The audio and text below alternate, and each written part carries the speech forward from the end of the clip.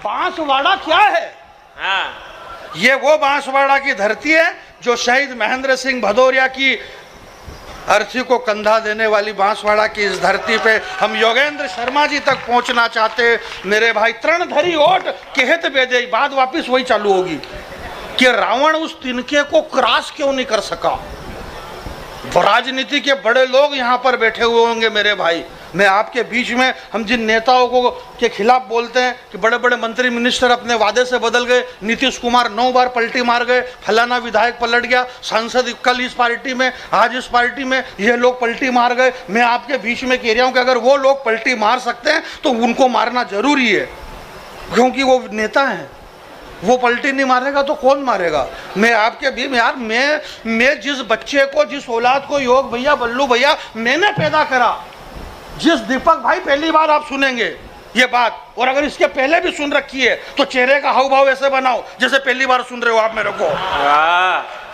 जिस बच्चे को हमने पैदा करा, मेरा खुद का बड़ा वाला बेटा जब उसकी मां के पेट में था तो 8 महीने और 28 दिन तक वो बिल्कुल सलामत था। 9 महीने जैसे ही पूरे हुए और मेरा निजी डॉक्टर मेरे से कह रहा, बोले जानी बाबू डिलीवरी ऑपरेशन से होगी। मैंने कहा क्यों? बोले बच्चा पलटी मार गया। कह दिया उनको, बता दिया, थोड़ा आगे रहो आगे। मैंने कहा काई में? बोले बच्चा माँ के पेट में पलटी मार गया, डिलीवरी तो ऑपरेशन से ही होगी। मैंने कहा क्यों रे? 9 महीने तक बच्चा सलामत था, अब ऑपरेशन। बोले देखो ऐसा है। मैंने कहा तेरे हाथ जोड़े डॉक्टर साहब, औरत बहुत दुबली पतली है, कमजोर है। बोले नहीं वो तो ऑपरेशन से ही होगी डिलीवरी। तो 20,000 रुपये डॉक्टर साहब को दिए, तब जाके बच्चा वापस सीधा हो गया। बढ़िया क्या, हमारी खुद की औलादे पलटी पेट में मार जाए तो ये तो नेता, इनका क्या भरोसा, तो कभी भी पलटी मार दे यार।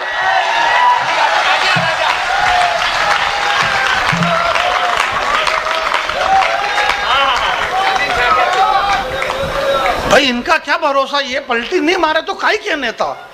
सामान्य सी बात है यार, ये तो पलटी मार ही देते हैं, इसमें कोई नई बात नहीं है। बांसवाड़ा में सब बता रहे, बोले हम पहली बार आए हैं, पहली बार आए। मैं तो कई बार आया हूँ, क्योंकि कई बार बुलाने के लिए बुलाने वालों का भी कलेजा चाहिए और आने वाले का भी कलेजा। तो हम दोनों कलेजे वाले लोग बैठे हुए हैं, सामने वाले भी कलेजे वाले और जानी बैरागी भी कलेजे वाला। मैं ये कह रहा था, मेरी बहनें, 2 बहनें इस मंच पर बैठी हुई है, और कमल भाई ने तुमने एक बात कही कि तृणधरी ओट कहते बेदही, ये तिनका रात भर चलेगा दोस्त। नहीं ये बात नहीं है, आप पढ़े लिखे लोग इनको बताना कि राजस्थान के इस धरती पे कविता होती है, तिनका रात भर इसलिए चलेगा, तिनका रात भर नहीं चलेगा, दिन भर चलेगा, ये तिनका जिंदगी भर चलेगा। क्योंकि तिनका जब आंख में गिर जाता है ना, तो वो तिनका जब तक नहीं निकले तब तक आंख में दर्द होता है मेरे भाई। मैं आपके बीच में ये कहना चाहता हूँ योगेंद्र शर्मा जी कि उस तिनके की साइज बहुत छोटी थी। आप मेरी उंगली देख रहे हो कि तिनके का ही सहारा है आज। नहीं, जिसको उंगली देखना है वो उंगली देखो, और तिनका देखना है वो तिनका देखो। योग भैया तिनके की साइज छोटी है, परंतु तिनका, आचार्य जी आप पीछे बैठे हुए हैं, आचार्यों का आशीर्वाद चाहिए।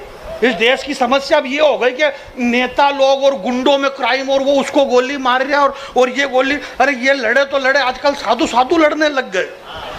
राम भद्राव आचार्य जी कह रहे कि मैं इसको नहीं, और वो कह रहा कि मैं इसको नहीं। और इस देश में कांग्रेस और भाजपा वाले, इन कवियों को यही मालूम नहीं कि देश में सबसे ज्यादा अगर एकता है तो भाजपा और कांग्रेस में ही है।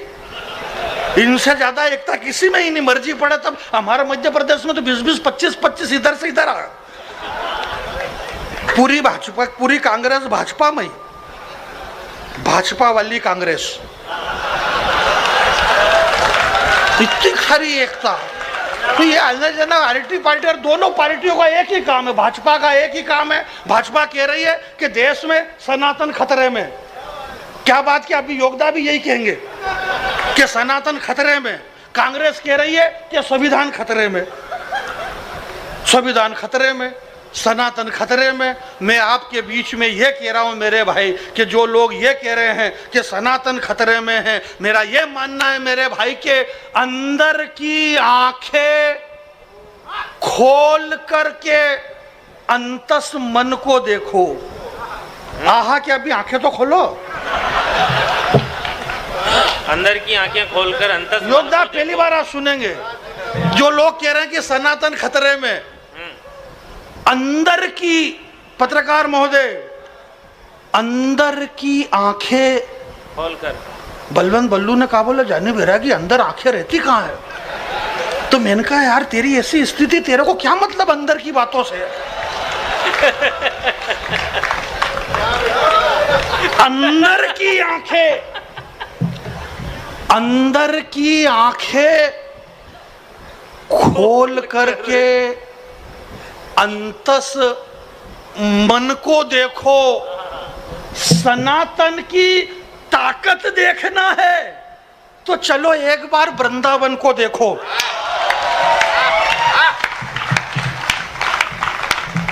अंदर की आंखें खोल करके अंतस मन को देखो। सनातन की ताकत देखना है तो चलो एक बार वृंदावन को देखो।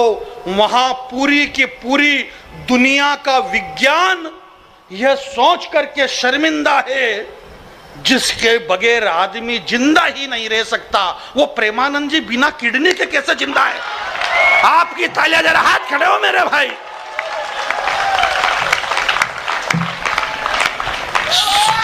सनातन खतरे में, सनातन को खतरे में डालने वाले और कहने वाले स्टेलिन दक्षिण भारत से बोल रहा है कि सनातन को मिटा देंगे। ऐसे कैसे मिटा दोगे यार तुम? है? मिटेगा तो मिटाओगे ना।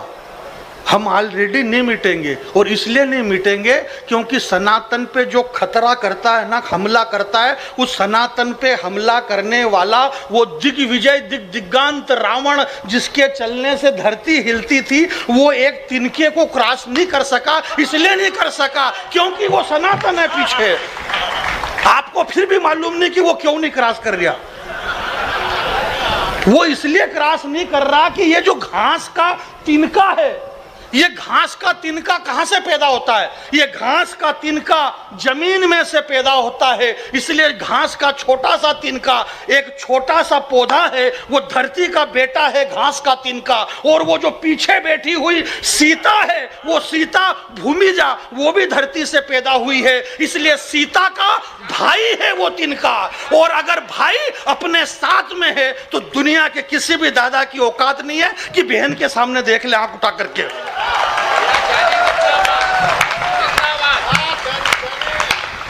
वो तृणधरी ओट कहत बेदे ही। माता जगत जननी तिनके को इसलिए बीच में रख देती है। वर्तमान की मॉडलिंग करने वाली ये जीन्स टी शर्ट वाली बहनें मेरी बात को सुने कि आप किसी भी कहीं भी घूमे, पूरी दुनिया में घूमे, मेरे को बताइए, यहाँ पत्रकार लोग, बड़े लोग बैठे हुए हैं, कि अगर उन लड़कियों के साथ में, अगर उन लड़कियों ने अपने छोटे भाई की उंगली पकड़ रखी है तो बाजार में कोई सामने देखेगा क्या उसके? अरे बोले यार उसका भाई साथ में आ रहा। बहन की रक्षा के लिए भाई सबसे बड़ा हथियार होता है, और वो तिनका माँ जगत जननी का भाई है। इसलिए माता जानकी ने उसको बीच में रखा। रावण की हिम्मत नहीं होती है कि उस भाई को क्रॉस कर दे। इसलिए मेरी बहनों से ये कहना है कि जो इस देश के अंदर लव जिहाद की घटनाएं हो रही है, वो अपने अधिकार के अंदर रहे। यहाँ राजनीति के बड़े लोग बैठे हुए हैं। ये जो आचार संहिता लगती है, आचार संहिता का मतलब आप समझते क्या होता है? क्या होता है आचार संहिता? आचार संहिता का मतलब क्या है? आचार संहिता का मतलब आचार संहिता है। ये किसी को समझ में नहीं आई कि ये क्या है। बस ये समझ में नहीं आती, पर फिर भी ये है। ये समझ में नहीं आती पर ये लगती है। एक सामान्य जो परिवार होता है ना, सामान्य परिवार के घर में जब शादी ब्याह होती है तो शादी आने से पहले उसका छोटा सा घर है। आचार संहिता क्या है? छोटा सा घर है, और छोटे से घर में इतना कंजेस्टेड मामला है, परंतु उसके घर में जब शादी आती है तो मोहल्ले में वो औरतें बात करती, बोले तुम्हारे पिंटू की शादी है? बोले हाँ। पर हमारा घर बहुत छोटा है, 50,000 रुपये 3 रुपये सैकड़े से ब्याज में लिया और घर के ऊपर 10 बाई 10 का एक कमरा बनाया ताकि दूल्हे दुल्हन को बैठने उठने में असुविधा नहीं हो। तो वो 10 बाई 10 का कमरा 50,000 रुपये उधार लेकर के वो बाप बनाता है, उस पिंटू की शादी करता है, ब्राह्मण के अग्नि के सामने 7 फेरे होते हैं, शादी होती है और फिर वो दूल्हे और दुल्हन उस 10 बाई 10 के कमरे में।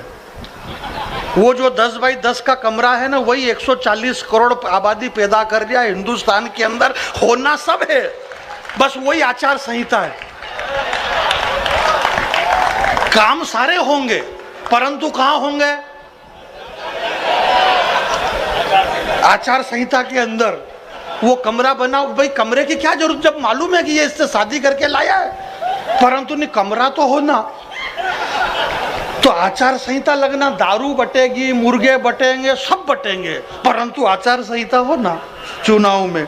तो जो दुनिया की पहली आचार संहिता लगी मेरे दोस्त, वो दुनिया की पहली आचार संहिता लगाने वाले हमारे धरणीधर लखन लाल जी ने तरकस में से एक तीर खींचा और तीर खींचते हुए लखन जी ने कहा कि हे मेरी माता सीता भाभी, आप इस रेखा से बाहर पांव मत करना, दुनिया के किसी रावण की ताकत ने जो आपकी तरफ नजर उठा करके देख ले। वो दुनिया की पहली आचार संहिता थी। मेरे भाई ने जो कहा कि 35 टुकड़े इस बेटियों के करके फेंक दिए, 35 टुकड़े, और नीले ड्रम में ये 35 टुकड़े करने वाले लोगों से मेरा ये मानना है, उनसे पहले ही मेरा ये कहना है जो भारत की बेटियां है, मेरी बेटियों से मेरा ये कहना है कि जिस दिन से घर से बाहर तेरा पांव चला गया, अभी पांव तो देखो कैसे जा रहा है, अभी तो हाथ जा रहा है। योगदा जिस दिन से घर से बाहर तेरा पांव चला गया, इस छोटे से बच्चे को एक पंक्ति पे आशीर्वाद दे देना। मैं आपसे आशीर्वाद चाहता हूँ। श्रद्धेय श्री जानी बैरागी जी आशीर्वाद चाहते हैं आपके बीच में। भाई अपनी इज्जत तो अपने को ही करना पड़ेगी कि नहीं करना पड़ेगी, नहीं तो दूसरा कौन पड़े।